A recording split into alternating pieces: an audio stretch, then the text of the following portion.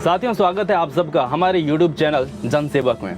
दोस्तों, आज हम आपको बताने जा रहे हैं, आज 23 अक्टूबर है और आज हमारे यहाँ माननीय मुख्यमंत्री साहब जी आने वाले हैं। सुपौल जिले के किशनपुर प्रखंड में पहले हमारे मुख्यमंत्री साहब आएंगे और वहाँ पर वार्ड नंबर 9 और 12 अनुसूचित जाति टोला में वहाँ कुछ योजनाओं का शिलान्यास करेंगे और उसके बाद भपटियाही सरायगढ़ में जहां पर एक रेल ओवरब्रिज बन रहा है वहां पर उनका शिलान्यास करेंगे और साथ ही हमारे भपटियाही बाजार में आकर के भपटियाही थाना मॉडल थाना जो बना है उनका भी शिलान्यास करेंगे और साथ ही यहाँ पर बहुत सी योजनाओं का वो शिलान्यास करेंगे और उसके बाद यहाँ पे एक निरीक्षण भवन है जहाँ पर उनका विजिट होगा और इस तरह से बहुत सारे काम उनके हाथों होना है। लेकिन उससे पहले मैं आपको बताना चाहूँगा कि यहाँ पर हमारे इस एरिया में जो काम वर्षों से ऐसे जैसे का तैसा पड़ा हुआ था जिसे देखने वाला कोई नहीं था, यहाँ हमारे यहाँ का प्रशासन या जो बड़े पद पे काम करने वाले लोग हैं उन सब का ध्यान आज तक उन चीज़ों पर नहीं गया होगा। शायद गया भी होगा तो वो लोग उन सब चीज़ों को इग्नोर करते आ रहे थे।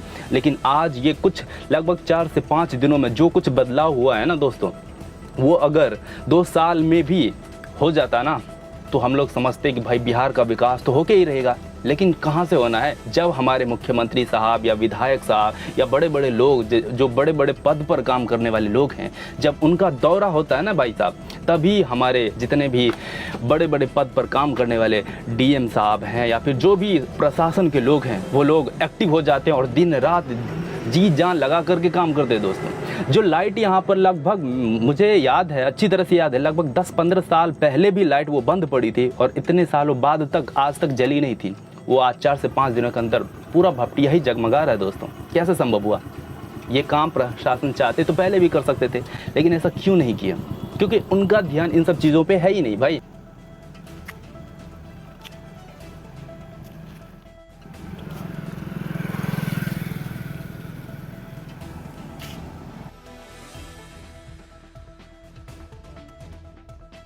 लेकिन यहाँ पर जितना ये काम हुआ है ना, आजकल दिन और रात दोनों एक करके ये सब लोग काम कर रहे हैं और ऐसा लग रहा है जैसा ये जन्नत बन गया हो। जो आपको एक ऐसा रोड जहाँ पर आपको मतलब जाने का दिल नहीं कर रहा, इतना पूरा टूटा फटा पानी लग रहा होगा, ऐसा रोड आज ऐसा लग रहा है जैसे बहुत ही अच्छा खासा बन गया हो, हाईवे जैसा दिखने लगा है। कैसे संभव हो पाया? ये सारी चीज़ें कैसे बदली है भाई साहब? अगर मुख्यमंत्री साहब के आने पर ये सब चीज़ें बदल रही है तो मैं मुख्यमंत्री साहब से कहना चाहूँगा कि सर, आप सभी ज़िले में जाइए, विजिट करिए ना। अगर आपके जाने से सारी चीज़ें बदल रही है और ये हमारा राज्य इतना खूबसूरत बन रहा है, सिर्फ 4-5 दिनों में जितना बदलाव मैंने देखा है ना ज़िंदगी में, मैंने अभी तक इस उम्र तक में मैंने नहीं देखा था सर। कैसे संभव हो पाए ये सारी चीज़ें? तो सीधा सिंपल सा जवाब है कि इन सबको कुछ तो खौफ है कि मुख्यमंत्री साहब आएंगे, उन्होंने अपने फंड से पैसा तो दिया, इन सभी जितने लोग हैं इन सबको पैसा तो मिला है सर, लेकिन डेवलपमेंट क्यों नहीं हो पाया? रीज़न क्या है कि बीच में जो बिचौलिए लोग होते हैं ना, जिन्हें पैसा मिलता तो है विकास करने के लिए, लेकिन वो कर नहीं पाते सर।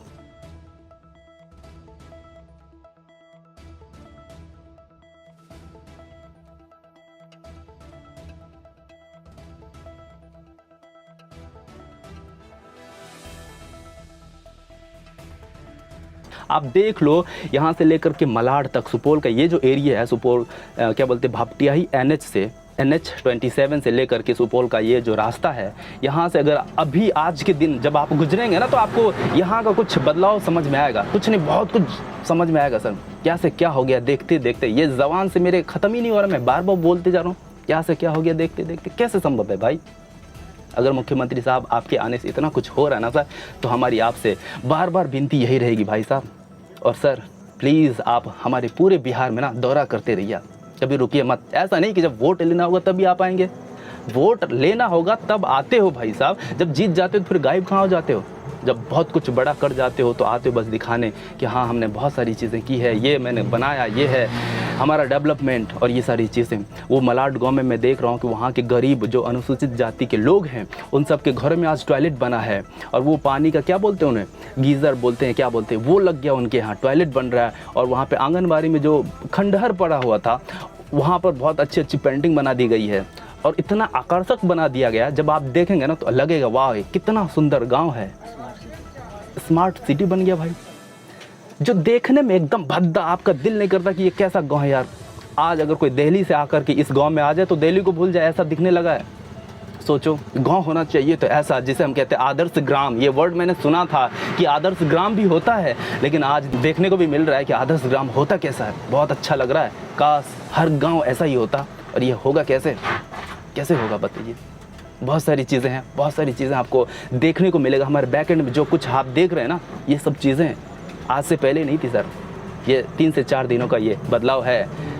आज मैं देख रहा हूँ ना, रोड पर, सड़क पर प्रशासन लोग लगे हुए रात रात भर काम करवा रहे हैं। सारी चीज़ें बदलती जा रही है। यहाँ हमारे भपटिया मॉडल थाना है, वहाँ पर चीज़ें, गाड़ियाँ बहुत दिनों से पड़ी हुई थी, रोड जाम था, लेकिन कोई हटाने वाला नहीं था। लेकिन आज जा कर के देख लीजिए, वहाँ पर आपको पक्की सड़क मिलेंगी। बहुत सारी चीज़ें हैं जो एकदम डिफरेंट टाइप में बदल गई।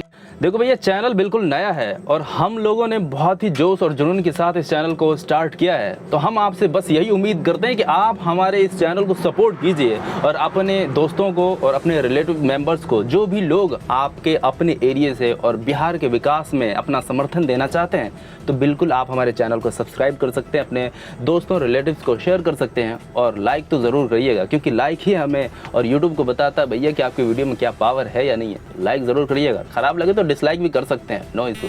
थैंक